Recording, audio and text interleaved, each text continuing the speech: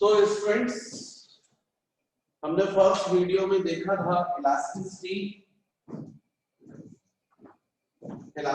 के first video में हमने स्ट्रेन तक स्टडी की थी। आज हमको स्टडी करना है स्ट्रेस के बारे में। ये स्ट्रेस क्या होता है? What is stress? देखो,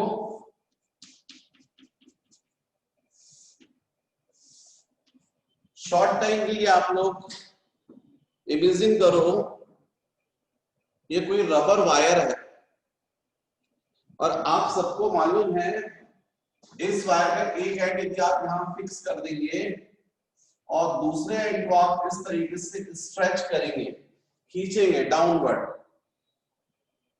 तो आपको मालूम है लेंथ इंक्रीज होगी, क्योंकि मैं रबर वायर बोल रहा हूं। लेकिन इसमें अपोजिट डायरेक्शन में जितना फोर्स आप अप्लाई करते, सेम फोर्स प्रोड्यूस हो जाता है अपोजिट डायरेक्शन में। इस फोर्स को हम लोग बोलते हैं रीस्टोरिंग फोर्स। यदि आप डाउनवर्ड फोर्स लगा रहे हैं और स्ट्रेच करके जब आप छोड़ेंगे तो ये वायर अपना ओरिजिनल लेंथ रीगेन करता है। ये जो ओरिजिनल लेंथ रीगेन करता है, किसकी वजह से करता है? इस रीस्टोरिंग फोर्स की वजह से। इस फोर्स का मैग्नीट्यूड अप्लाइड फोर्स के इक्वल होता है। यदि इस वायर का हम क्रॉस सेक्शन एरिया यदि ए बोलते हैं, तो restoring force per unit area is called stress. Restoring force upon area. यदि ये क्रॉस सेक्शन एरिया ए था और उस पर फोर्स लग रहा था F, यदि क्रॉस सेक्शन एरिया यूनिट होता तो कितना फोर्स लगता? F अपॉन ए। ये भी फोर्स है, ये भी फोर्स है। ये फोर्स है ए एरिया पर और ये फोर्स है यूनिट एरिया पर। तो restoring force per unit area is called stress. इसलिए इसका फॉर्मूला बनता है स्ट्रेस का, restoring force per unit area. Restoring force it is denoted by sigma, means sigma is equal to of F upon A. तो definition जब हम लोग देते हैं तो इसमें हमको बोलना जरूरी है, restoring force per unit area is called stress. ऐसा नहीं है कि केवल रबर वायर में होता है, ये आपका जो मेटल वायर्स होती है उनमें भी प्रोड्यूस होता है। तो बल्कि जो मेटल है वो ज्यादा इलास्टिक है, वो मैं समझाऊंगा आपको क्यों।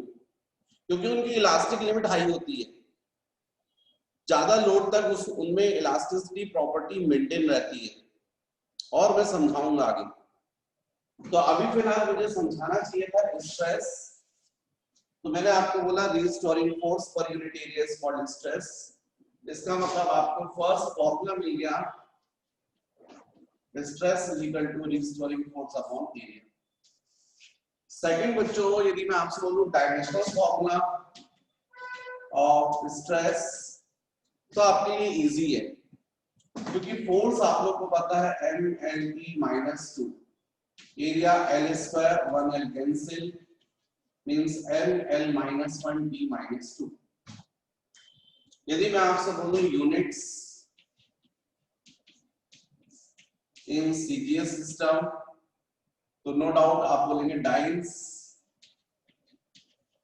पर सेंटीमीटर स्क्वायर। इन SI सिस्टम न्यूटन पर मीटर स्क्वायर। तो ये स्ट्रेस की बच्चों यूनिट्स है। नेक्स्ट यदि मैं आपसे डिस्कस करना चाहता हूं, मुझे बताना चाहिए आप लोग को टाइप्स ऑफ स्ट्रेस। टाइप्स, तो टाइप्स ऑफ स्ट्रेस में first types of stress. Types of stress.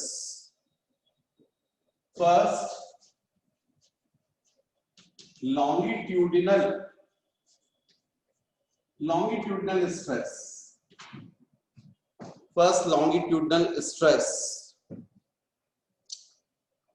हालांकि इस longitudinal stress की भी दो टाइप है, tensile stress and second compression stress और compressive stress.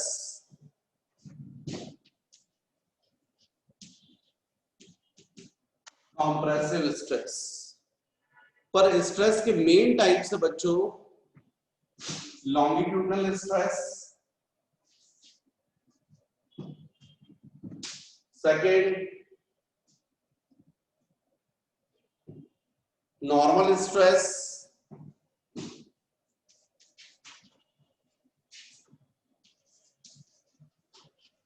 and third shearing stress.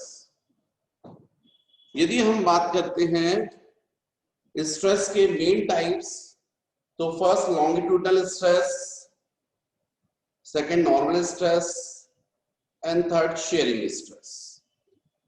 अब लॉन्गिट्यूडनल स्ट्रेस की भी मैंने आपको दो टाइप बताया, tensile stress and compressive stress. तो मुझे थोड़ा सा समझाना चाहिए ये लॉन्गिट्यूडनल स्ट्रेस क्या होता है. जब आप फोर्स अप्लाई करें लेंथ के डायरेक्शन में, तो जो स्ट्रेस प्रोड्यूस होता है वायर में, उसको हम बोलते हैं लॉन्गिट्यूडनल स्ट्रेस. यदि मान लीजिए आप किसी वायर को आप यहाँ पर और यहाँ पर दोनों एंड्स पर पकड़ रहे और ऐसा खींच रहे हैं, force, no doubt length increase होगी. यदि आप इसको छोड़ेंगे तो ये वापस अपनी ओरिजिनल लेंथ रीगेन करने के लिए रीस्टोरिंग फोर्स अप्लाई करेगा. तो इस वक्त जो स्ट्रेस प्रोड्यूस हुआ है उसको हम बोलते हैं tensile stress. When force is applied along the direction of length of a wire, then stress produced in a wire is called tensile stress. और इस केस में लेंथ जो है वो इंक्रीज होगी, जबकि यदि आप फोर्स अप्लाई कर रहे हैं वायर में, लेकिन ऐसा कर रहे हैं कि उसकी लेंथ जो है वो क्या हो रही है, डिक्रीज हो रही है, उस वक्त वायर में जो स्ट्रेस प्रोड्यूस होगा उसको हम बोलेंगे compressive stress.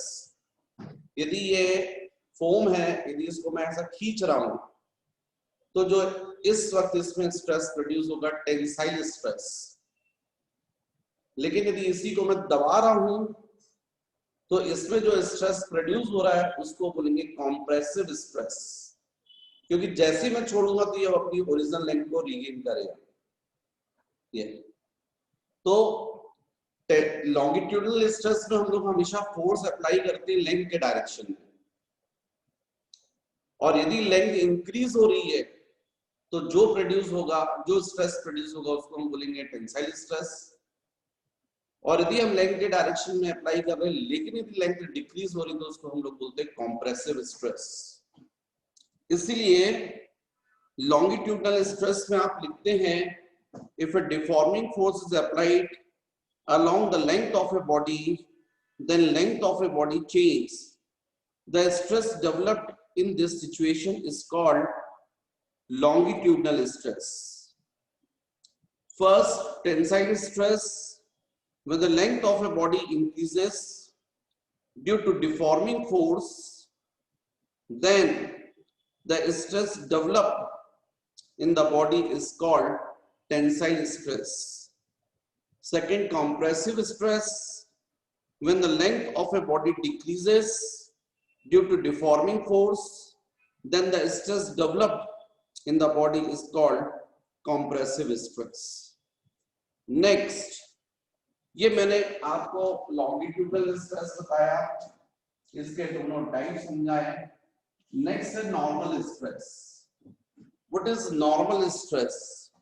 When deforming force is applied normally to surface of a body, then the volume of the body changes, the stress developed in this case is called normal stress. यदि मान लीजिए suppose ये balloon है और इसको आप इस तरीके से फोर्स लगा रहे हैं और आपके ऐसे फोर्स अप्लाई करने से इसका वॉल्यूम चेंज हो रहा है, तो जो भी स्ट्रेस इसमें प्रोड्यूस हो रहा है बॉडी में, उसको हम बोलेंगे volume stress. Next sharing stress. यदि कोई बॉडी को आपने एक सरफेस उसका फिक्स कर दिया है और उसके दूसरे सरफेस पर आप टेंजेंशियल फोर्स लगा रहे हैं, और ऐसा करने से जो बॉडी है उसमें उसका शेप चेंज हो रहा है, मतलब उसमें शेयरिंग स्ट्रेन जो है वो प्रोड्यूस हो रहा है। तो जो स्ट्रेस प्रोड्यूस होगा उस स्ट्रेस को हम लोग बोलेंगे shearing stress. Shearing stress is equal to होगा फोर्स अपॉन एरिया। ये फोर्स और जिस सरफेस पर आपने ये फोर्स लगाया है टेंजेंशियल फोर्स, उसका area. This is called shearing stress. फिर बच्चों इसके बाद आप लोग को समझना चाहिए हुक्स लॉ। नेक्स्ट आर्टिकल जो है वो आप लोग को समझना चाहिए Hooke's law. What is Hooke's law?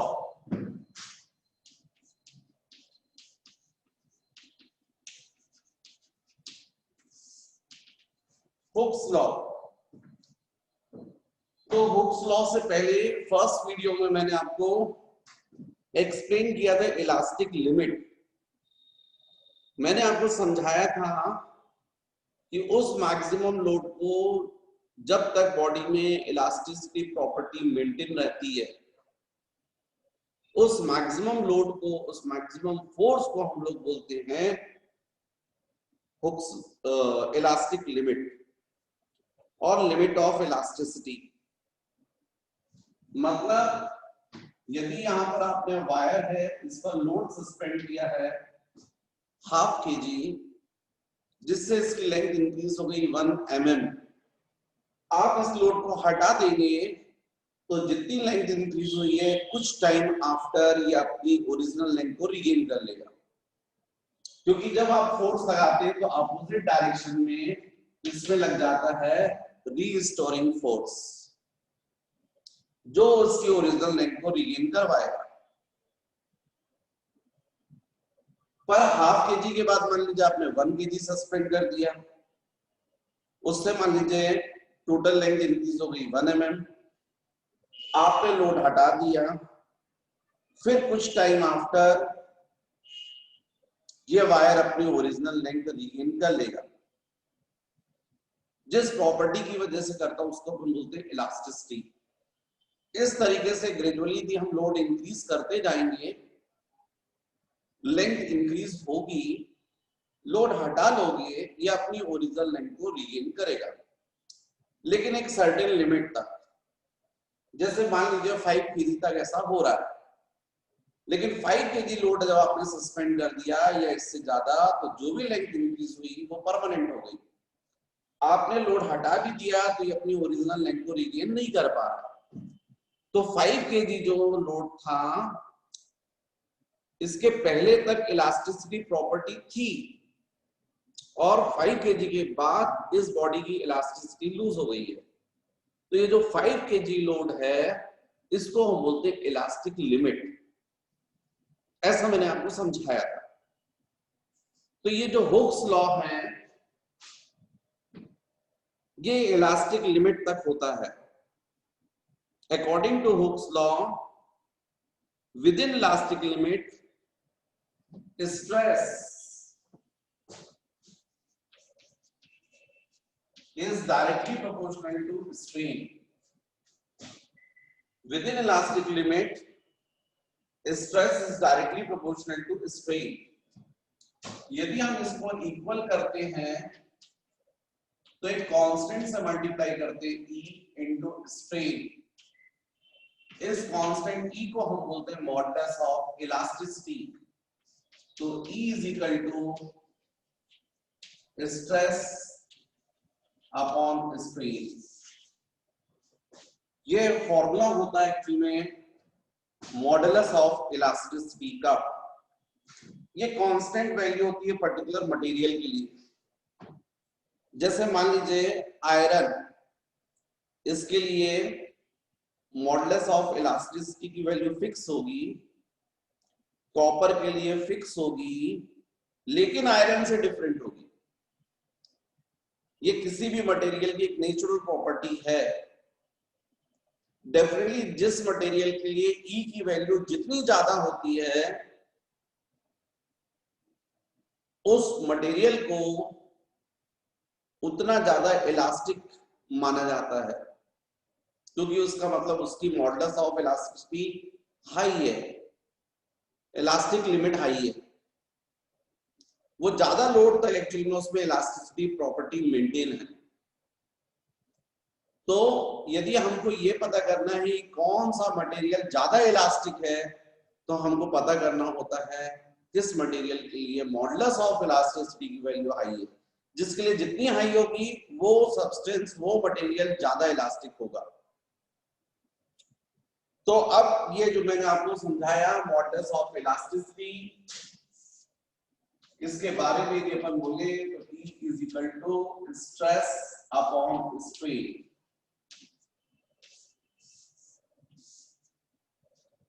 मतलब डेफिनेशन यदि आपको देना है तो आप बोल सकते हैं within elastic limit the ratio of stress to the strain is called modulus of elasticity. या फिर ये जो स्ट्रेन है इसकी वैल्यू 1 रख दीजिए,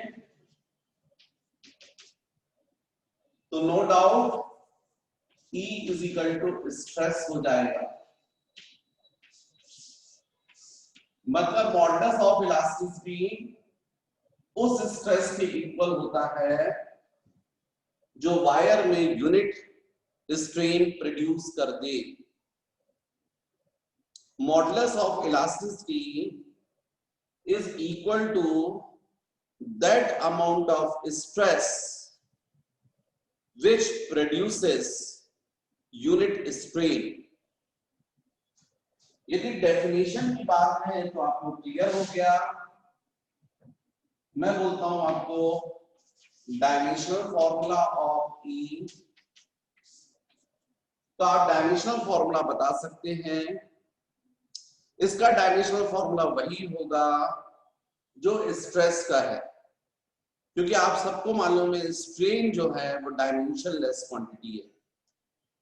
और स्ट्रेस का डायमेंशनल फॉर्मूला जस्ट अभी मैंने थोड़ी देर पहले डिस्कस किया, force upon area mlt minus 2 upon l square, 1l cancel, m l minus 1 t minus 2।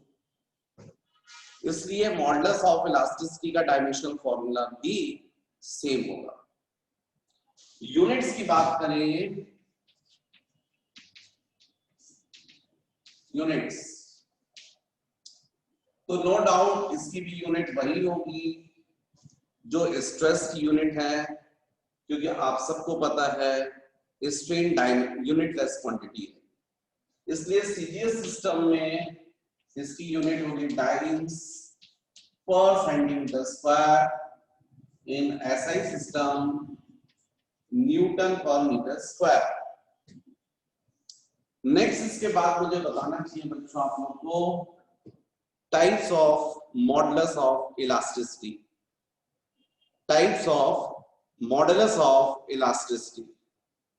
उसमें से फर्स्ट टाइप है Young's modulus of elasticity.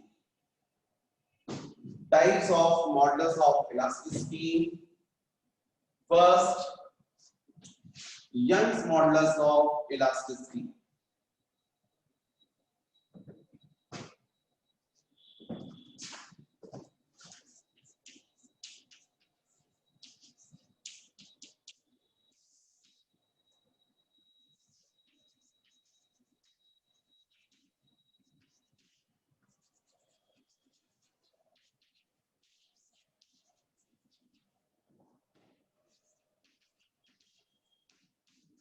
Young's modulus of elasticity, इसको बच्चों अपन कैपिटल Y से डिनोट करते हैं। क्या होता है ये?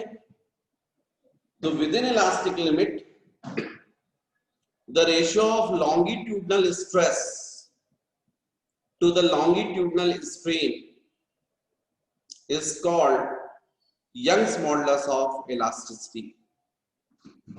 Means y is equal to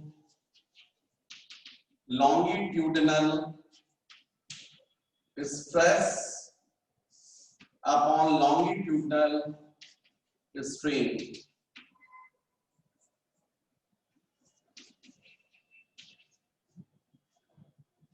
अब आप लोगों को पता है लॉन्गिट्यूडनल स्ट्रेस होता है force upon area, longitudinal strain होता है L small L upon capital L, change in length upon original length. तो इस बेसिस पर y is equal to f into capital L upon a into small l। ये longitudinal stress का formula है। यदि मान लीजिए वायर है, वायर की ओरिजिनल लेंथ L है और इस पर आप लोड सस्पेंड कर रहे हैं, फोर्स लगा रहे हैं mg, इस वायर का क्रॉस सेक्शन एरिया A, लेकिन इसका रेडियस यदि आपको पता है तो ये जाएगा पाई आर स्क्वायर, क्योंकि वायर जो उसका क्रॉस सेक्शन जो रहेगा वो सर्कुलर रहेगा। और मान लीजिए इस वायर में इस लोड की वजह से लेंथ चेंज हो रही है स्मॉल l, तो यही longitudinal Young's modulus of elasticity y is equal to f की जगह हम बोलेंगे बच्चों mg into capital L, a की जगह pi r square into small l। What is mg? Suspended load. What is capital L? Original length. What is R? Radius of a wire. What is small l? Change in length. तो ये मैंने आपको समझाया Young's modulus of elasticity. बच्चों length तो solid के पास होती है, लॉन्गिट्यूडनल स्ट्रेन केवल सॉलिड में प्रोड्यूस होती है, और इसलिए यंग्स मॉडुलस ऑफ इलास्टिसिटी केवल सॉलिड से रिलेटेड है। नेक्स्ट मैं आपको बताना चाहता हूं सेकेंड टाइप, और वो है bulk modulus of elasticity. Bulk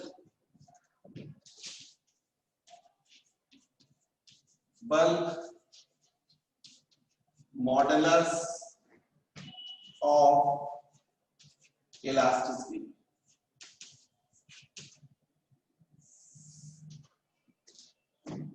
इसको बच्चों K से डिनोट करते हैं, और इसकी डेफिनेशन होती है with in elastic limit the ratio of normal stress to the volume strain is called bulk modulus of elasticity। इसका मतलब कि is equal to normal stress upon volume strain.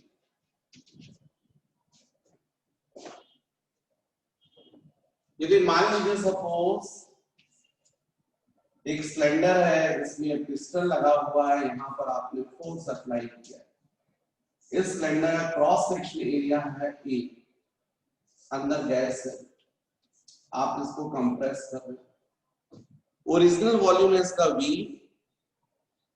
इस फोर्स की वजह से लगेगा प्रेशर, क्योंकि फोर्स अपॉन एरिया प्रेशर होता है, प्रेशर अप्लाई करने से नो डाउट इसका वॉल्यूम चेंज होगा, इसका मतलब इसमें वॉल्यूम स्ट्रेन प्रोड्यूस होगा। तो फिर यहां पर bulk modulus of elasticity is equal to होगा नॉर्मल स्ट्रेस मतलब force upon area, volume strain change in volume upon original volume. No doubt आप प्रेशर यहां पर फोर्स लगा रहे हैं या प्रेशर लगा रहे हैं तो वॉल्यूम डिक्रीज हो रहा है, इसके माइनस, और इसलिए ये ऐसा फॉर्मूला बनेगा। पर इसी को हम लोग ऐसा भी लिख सकते हैं कि is equal to force upon area होता है प्रेशर, ये V बच्चों न्यूमरेटर में आएगा और ये जाएगा डेल माइनस। तो इस तरीके से बल्क मॉडुलस ऑफ इलास्टिसिटी का जो फॉर्मूला होगा minus V into V upon del. Dimensional formula same होता है सभी मॉडुलस ऑफ इलास्टिसिटी का, क्योंकि सब उसी के टाइप हैं, सबकी यूनिट सेम होती है, लेकिन वॉल्यूम तो नो डाउट सभी के पास होता है, वॉल्यूम स्ट्रेन सभी में प्रोड्यूस होता है, सॉलिड्स में भी, लिक्विड्स में भी, गैसेस में भी, इसलिए बल्क मॉडुलस ऑफ इलास्टिसिटी सब में हो सकता है। नेक्स्ट था थर्ड, एक और इसके साथ में आपको समझना चाहिए, और वो है कोफिशिएंट ऑफ कंप्रेसिबिलिटी और सिंपल कंप्रेसिबिलिटी। इसको हम B से डिनोट करते हैं, तो reciprocal of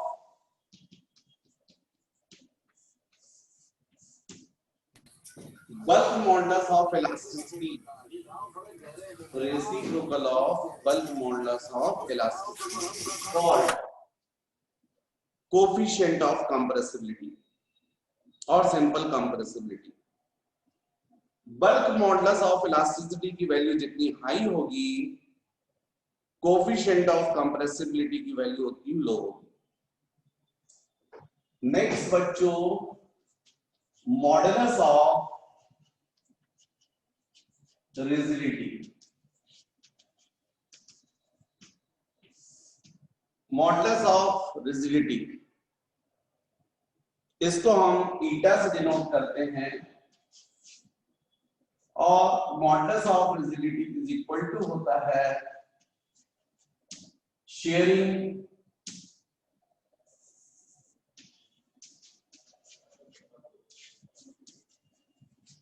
stress upon shearing strain. Within elastic limit, the ratio of shearing stress to the shearing strain is called modulus of rigidity. यदि मान लीजिए जैसा मैंने आपको समझाया था, ये बॉक्स है, कार्टून बॉक्स है, इसके बेस को आपने फेविकॉल से फिक्स कर दिया है,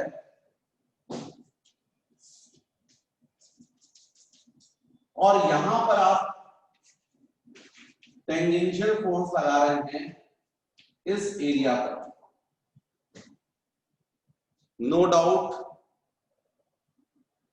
इसका शेप चेंज होगा, ये यहां जाएगा, ये पोर्शन यहां जाएगा, ये ऐसा बॉक्स तिरछा हो जाएगा, इसमें ये एंगल जो है वो प्रोड्यूस होगा, जिसको आप शेयरिंग स्ट्रेन बोलते हैं।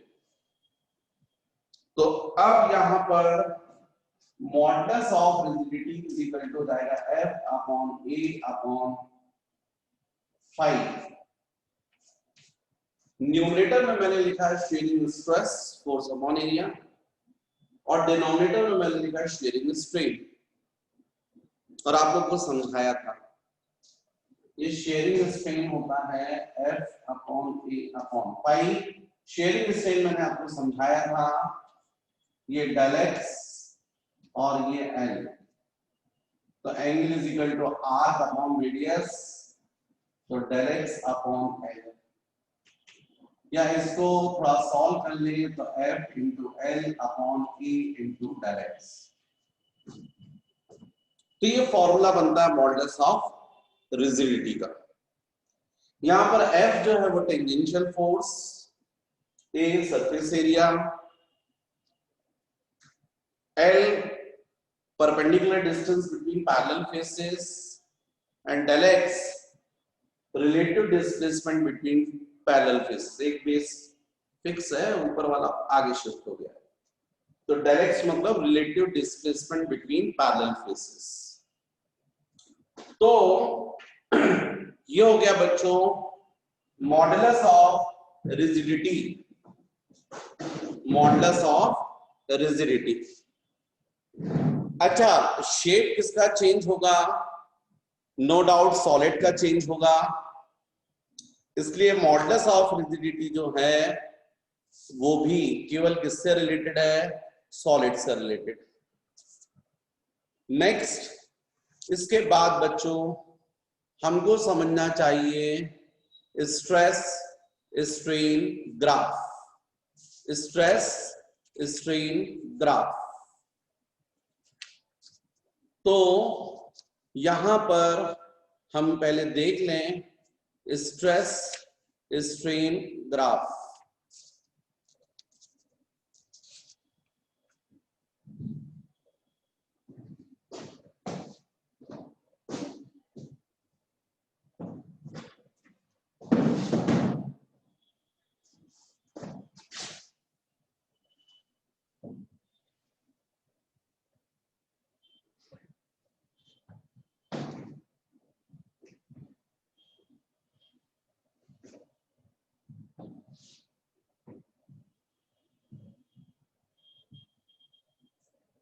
प्रैक्टिकली देखा गया बच्चों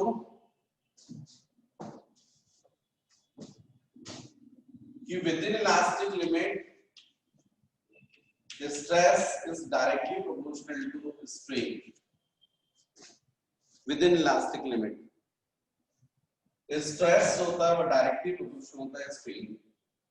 जैसे वायर है, इसमें आपने फोर्स लगाया है, ये क्रॉस सेक्शन एरिया, तो स्ट्रेस आप बोलेंगे F अपॉन A और स्ट्रेन बोलेंगे small l upon original line. अब A भी कांस्टेंट है और L भी कांस्टेंट है। जो एरिया है क्रॉस सेक्शन एरिया वो फिक्स है, ओरिजिनल लेंथ भी कांस्टेंट है। चेंज हो रहा है, यदि आप लोड इंक्रीज करते हैं तो लेंथ इंक्रीज होगी, चेंज मतलब F is directly proportional to F। इस F को हम लोग लोड भी कह सकते हैं क्योंकि इस वायर पे यहाँ पर हम लोड जो है उसको F बोल रहे हैं। मतलब यदि आप लोड इंक्रीज करोगे, फोर्स इंक्रीज करोगे, जितना ज्यादा फोर्स इंक्रीज करोगे उतना ज्यादा लेंथ इंक्रीज होगी। तो ये भी डायरेक्टली प्रोपोर्शनल और ऐसा होता है विद इन इलास्टिक लिमिट। इसलिए यदि हम ग्राफ स्केच करते हैं, यहां पर स्ट्रेस लिख लें, यहां पर हम स्ट्रेन लिख लें, तो ये ग्राफ स्ट्रेट लाइन होगा। लेकिन यही चीज हम F और L के लिए भी कर सकते हैं, या फिर और F लोड और small l change in length, तो भी ग्राफ ऐसा होगा।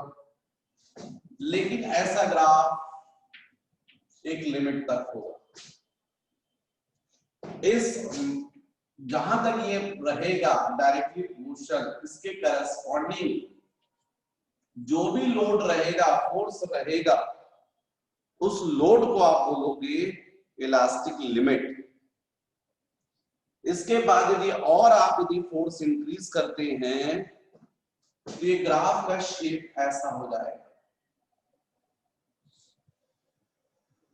ये बी। और लोड इंक्रीज करते हैं तो ये डॉटेड लाइन बनता है।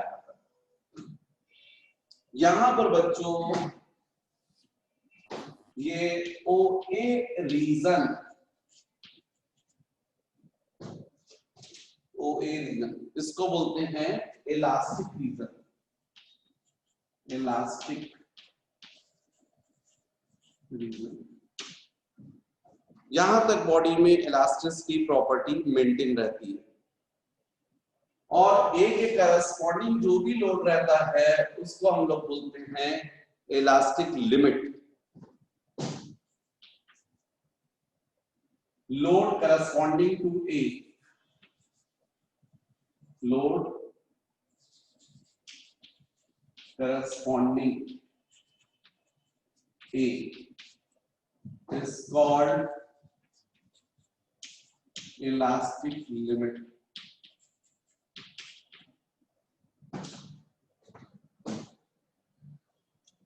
ये जो ए बी रीजन है इसको बोलते हैं plastic reason.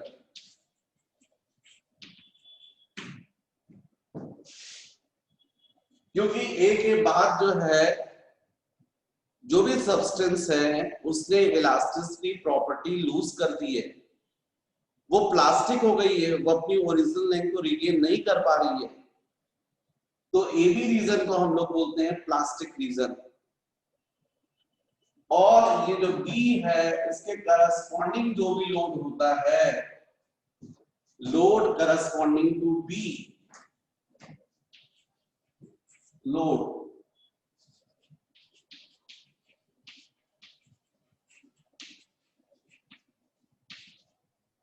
is called yield point, इसको बोलते हैं yield point। इस बी के बाद यदि आपने वायर का लोड और इंक्रीज किया तो ये वायर फ्लो होने लगता है, जैसे लिक्विड फ्लो कर रहा है उस टाइप से। और यदि फ्लो करता है तो उस वक्त इस वायर को बोलते हैं मैलिएबल। लेकिन यदि पीसेस में ब्रेक हो रहा है तो उसको अपन बोलते हैं ब्रिटिल, और इस प्रॉपर्टी को अपन बोलते हैं ब्रिटिलनेस। तो बच्चों ये होता है स्ट्रेस स्ट्रेन ग्राफ। इसमें एक बात और ध्यान रखिए कि यदि हम बी ओ ए के पैरेलल यदि एक लाइन ड्रॉ करें जो ओ डैश पर इंटरसेक्ट कर रही है, तो बी के करस्पॉन्डिंग जो भी लोड आप सस्पेंड करते हैं उसमें ये ओ डैश बताता है permanent change in length, O dash ये बताता है परमानेंट चेंज इन लेंथ।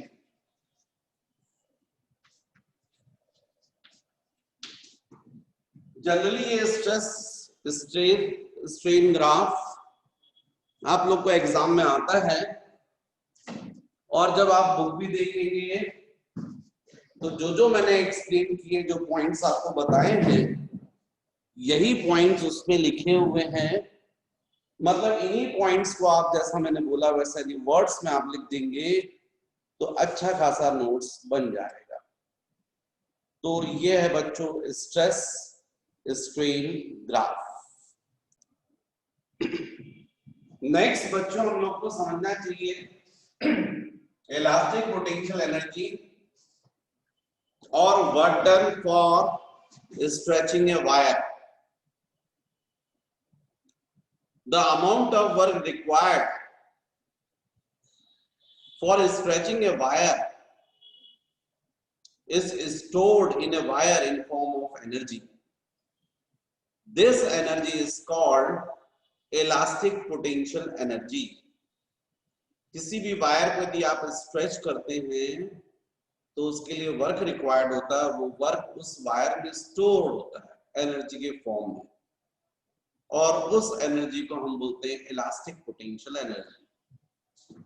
तो बच्चों यदि ये वायर है और यदि आप इसको फोर्स लगा रहे हो और इससे इसकी लेंथ चाहिए हुई L, तो यदि मैं पूछूंगा वर्क,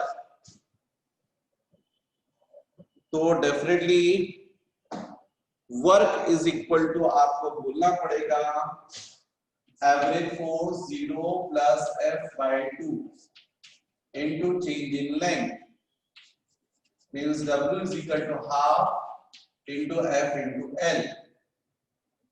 यही वर्क एनर्जी के फॉर्म में स्टोर होता है, और इस इलास्टिक पोटेंशियल एनर्जी को हम लोग कैपिटल U से डिनोट करते हैं।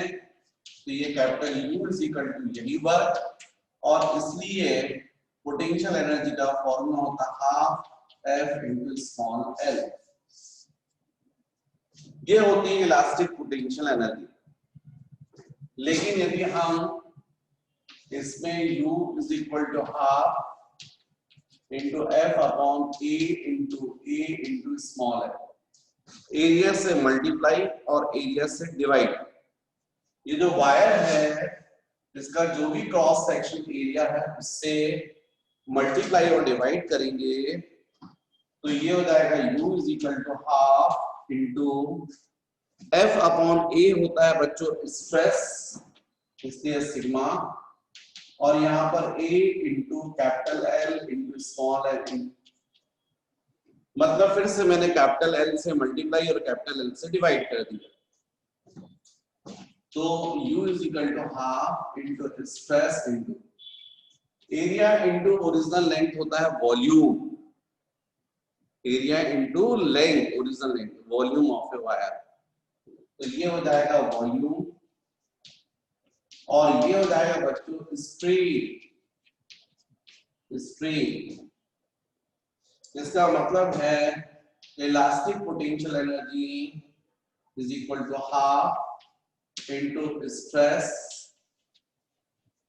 Into strain into volume.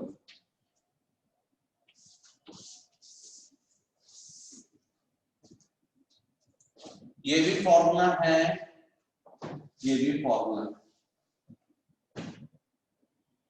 इसी में भी आप चाहें तो U is equal to half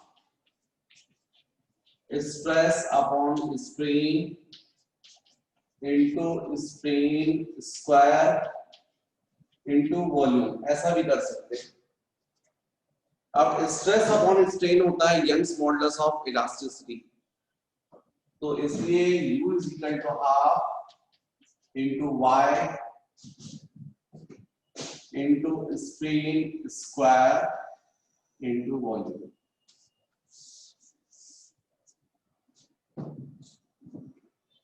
यदि आपको बताना है बच्चों strain energy per unit volume, तो इस वॉल्यूम की वैल्यू आपको 1 रखनी पड़ेगी यहाँ। तो यदि आप बोलते हैं strain energy per unit volume, हो जाएगा हाफ स्ट्रेस इंटू स्ट्रेन।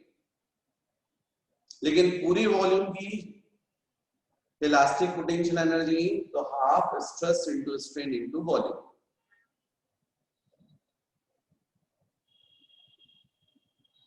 मैं हट जाता हूं, ताकि यदि आपको कुछ नोट्स बनाना है तो वीडियो को पॉज कर लीजिएगा और आप नोट्स बना सकते हैं। तो बच्चों next topic tension in A cooling wire, stress between two rigid clamps, thermal stress. ये वायर है, दोनों एंड पर क्लैंप है, हाई टेम्परेचर पर है, और आप इसको धीरे धीरे कूल कर रहे हैं। जब आप टेम्परेचर इंक्रीज करते हैं तो वायर की लेंथ इंक्रीज होती है, लेकिन यदि टेम्परेचर डिक्रीज करेंगे तो वायर की लेंथ डिक्रीज होगी, शॉर्ट लेंथ का होगा। और इसलिए कूलिंग करने पर इस वायर में स्ट्रेस प्रोड्यूस होगा, इसमें टेंशन प्रोड्यूस होगा, टेंशन T कितना होगा, तो डेफिनेटली ये फोर्स लग रहा है इस वायर के क्रॉस सेक्शन पर, इस एरिया पर, ए पर, इस डायरेक्शन में टेंशन। यदि y बोलेंगे तो y इज इक्वल टू हो जाएगा T upon A upon small l upon capital L। What is T? Tension in a wire, A cross section area, small l change in length, capital L original length. अब बच्चों आगे जाकर thermometry में एक portion आता है जिसको हम लोग बोलते हैं कोफिशिएंट ऑफ लीनियर एक्सपेंशन। ये किसी भी पर्टिकुलर वायर के लिए इसकी वैल्यू फिक्स होती है, जैसे आयरन इसके लिए फिक्स है, कॉपर के लिए फिक्स है। इसको हम लोग अल्फा से डिनोट करते हैं, इसको बोलते हैं coefficient of linear expansion is equal to होता है change in length upon original length into change in temperature. ये होता है, इसको बोलते हैं coefficient of linear expansion is equal to change in length upon original length into decrease in temperature और change in temperature. इसका मतलब alpha into del theta is equal to small l upon capital. तो इस value पे यदि हम इसमें substitute कर दें तो ये जाएगा y is equal to t upon a upon small l upon capital L की जगह जाएगा अल्फा इनटू डेल थीटा। अब ये a भी डिनोमिनेटर में आ जाएगा, क्रॉस मल्टीप्लाई कर दोगे तो टेंशन T की वैल्यू जाएगी y into a into alpha into del theta. What is the tension in a wire? What is y? Young's modulus of elasticity. A cross sectional area, alpha coefficient of linear expansion, and del theta decrease in temperature. तो बच्चों ये आपके elasticity chapter से related है। इतना करने पर अपन जो है वो इलास्टिसिटी के क्वेश्चंस कर सकते हैं। इसके अलावा थोड़ा सा वैसे इलास्टिसिटी इन गैसेस भी है, पर मैं उसको आपको समझाऊंगा अलग से जब अपन न्यूमेरिकल्स करेंगे तभी। अभी फिलहाल मैं थोड़ा सा हट जाता हूं ताकि आप वीडियो को पॉज करके यदि नोट्स बनाना चाहते तो बना लें।